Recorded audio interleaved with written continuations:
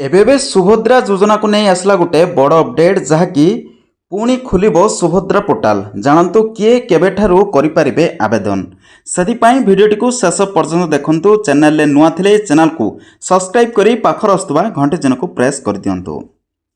तो जहाँकि 21 वर्ष होइथिबा युवती माने सुभद्रा योजना पई आवेदन करिपारिबे बोली उपमुख्यमंत्री प्रतिभा परिड़ा सूचना दैछंती। से कहिसंती आसंता अगस्ट 9 तारिख माने राखी पूर्णिमा अवसर रे सुभद्रा योजनार तृतीय किस्ती मिलिबो। एहा परे सुभद्रा पोर्टाल मध्य खोलिबो बोली से मध्य घोषणा करिसंती।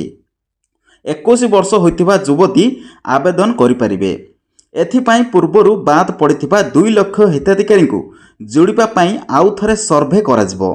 गाड़ी किनिथिबा किंबा 5 एकर जमी थिबा बा आईटी रिटर्न करुथिबारु एमानंकु बाद दिया जाइछि।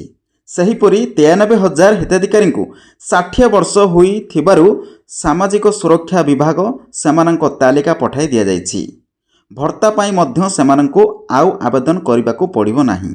एसबु प्रसंगों को आधार को नहीं पुणी थरे सुभद्रा योजना रे योग्य हिताधिकारी को चयन कराजिबो बोली उपमुख्यमंत्री घोषणा करिसंती। तो जहाँकि आसंता 9 तारिख परे सुभद्रा पोर्टाल खोलिबो। आपण माने जदि आवेदन करि नाहंती तो आपण माने निहाती आवेदन करि पारिबे।